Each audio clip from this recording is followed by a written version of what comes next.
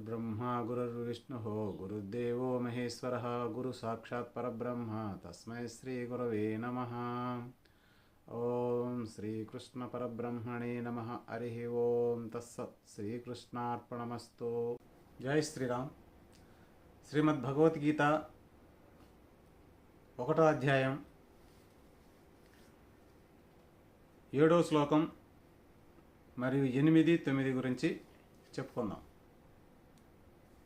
అస్మాకం తు విశిష్టాయే తాని బోధద్విజోత్తమా నాయక మమ సైన్యస్య సంజ్ఞార్థం తాన్ బ్రవీమితే. ఓ బ్రాహ్మణోత్తమ, మన పక్షమునందు శ్రేష్ఠులను మన సైన్యమునకు నాయకులను నగు వారెవరో వారిని గుర్తు కొరకు మీకు తెలియజెప్పుచున్నాను, ఆలకింపుము. భవాన్ భీష్మచ్చ కర్ణచ్చ కృపచ్చ సమితింజయః అశ్వత్థామా వికర్ణచ్చ సౌమదత్తిస్తథైవ చ అన్యే చ బహవన్ శూరాః మదర్థే త్యక్తజీవితాః నానాశస్త్రప్రహరణాః సర్వే యుద్ధ విశారదాః. తమరును భీష్ముడును కర్ణుడును రణమున జయశీలుడగు కృపాశీలుడును అశ్వత్థామయు నా తమ్ముడగు వికర్ణుడును సోమదత్తుని కొడుకోగు భూరిశత్రువుడును మరియు ననేకులు సూర్యులు నా కొరకు జీవితములను దారపోయనున్నారు. వీరందరూ నానాశస్త్రములను ధరించిన వారు, యుద్ధ విద్యలందు ఆరితేరినవారు. ఇక్కడ దుర్యోధనుడు ద్రోణాచార్యుడికి ఎదుటి సైన్యం గురించి ఇంతవరకు వివరించాడు.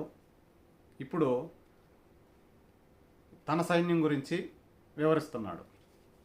అంటే ఇందాక ఎదుటోళ్ళ గురించి పొగుడుతున్నావు, మన గురించి కూడా చెప్పకపోతే వీళ్ళు ఏరా మళ్ళా డేలా పడిపోతారేమోనని ఈయన మళ్ళా తన సైన్యంలో ఉన్న మేటి అయిన వాళ్ళందరినీ కూడా చెప్తున్నాడు.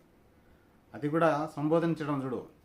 ఓ బ్రాహ్మణోత్తమ, గురువర్యాన్ల ఓ బ్రాహ్మణోత్తమ, మన పక్షమునందు శ్రేష్ఠులు అన్నప్పటికీ ఈ వల్ల ఇద్దరే ఉండేది, ఈ ద్రోణాచార్యులు అట భీష్ముడు, వీళ్ళిద్దరు. ఈ శ్రేష్ఠులందరినీ కూడా ఎవరెవరు ఉన్నారో అనేది వాళ్ళందరినీ గురించి వివరిస్తూ ఉన్నాడు. తమరును భీష్ముడును కర్ణుడును వీళ్ళు మేటీలు అన్నమాట. వీళ్ళ పక్షంలో వీళ్ళే కాకుండా రణమున జయశీలుడగు కృపాచార్యుడు కూడా మహాయుద్ధ వీరుడు. అలాగే అశ్వత్థామ నా తమ్ముడగు వికర్ణుడు, కర్ణుడు కాదు పైన కర్ణుడు అన్నాడు, మళ్ళీ వికర్ణుడు అంటే వీళ్ళ తమ్ముళ్ళలో వికర్ణుడు బాగా విలుకాడు అనమాట. సోమదత్తుని కొడుకగు భూరిశత్రువుడును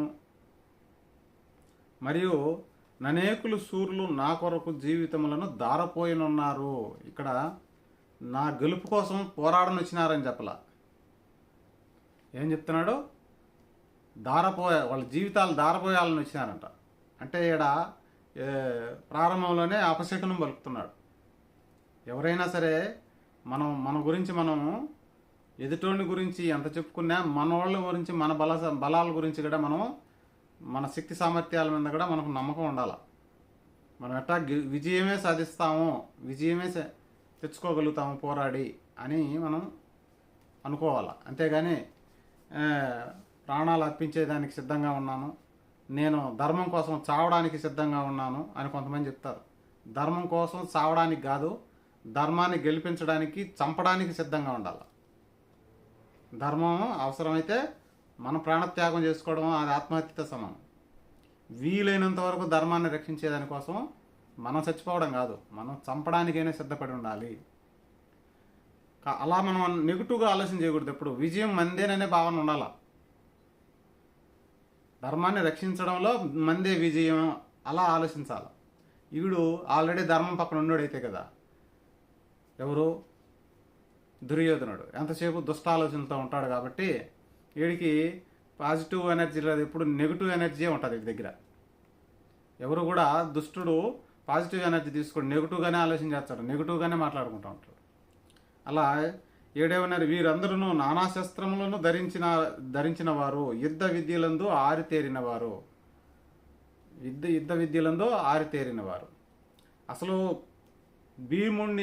భీష్ముడిని ఎవరు జయించలేరన్నమాట. అంత పెద్ద వీళ్ళకు ఒక మేరు పర్వతం లాగా వీళ్ళకు ఆయన మీద అన్ని ఆశలు ఉంటాయన్నమాట. కాబట్టి వీళ్ళ పక్షాన కూడా పెద్ద పెద్ద వీరులు ఉన్నారు. కానీ ఇతని ఆలోచన మాత్రం అపశృతి పలుకుతుంది ఇతను చెప్పడంలోనే. కాబట్టి దీంట్లో ఉన్న నీతి ఏంటంటే, మన పక్క వాళ్ళ పక్క ఎంత వీరులన్నా ఉన్నాయిలే, నువ్వు నమ్మిన ధర్మం కోసం, అధర్మం కోసం కాదు నేను చెప్పేది, నువ్వు నమ్మిన ధర్మం కోసం ప్రాణత్యాగానికైనా సిద్ధం అనకుండా ధర్మాన్ని గెలిపించడానికి నేను ఎంత రిస్క్ అయినా పడతాను, కానీ ఎదుటోడిని చంపైనా సరే ధర్మాన్ని రక్షించేదానికి నేను సిద్ధంగా ఉన్నాను అని నీ ప్రాణం వదిలేసి ఇంకేమన్నది, నీ ఇలాగా పోరాడే మనిషి ఇంకొకటి లేకుండా పోతాడు. మళ్ళీ ఇంకొకటిని ఎత్తుక్కోవాలంటే చాలా టైం పడుతుంది. కాబట్టి వీరులందరూ కూడా పోరాడడానికే సిద్ధపడతారు. ఆ పోరాటంలో విజయం రావాలి అని పోరాడతారు. నేను ప్రాణం వదిలేస్తాను, చచ్చిపోతాను దానికోసం అనే మాట రాకూడదు. శ్రీకృష్ణార్పణమస్తు.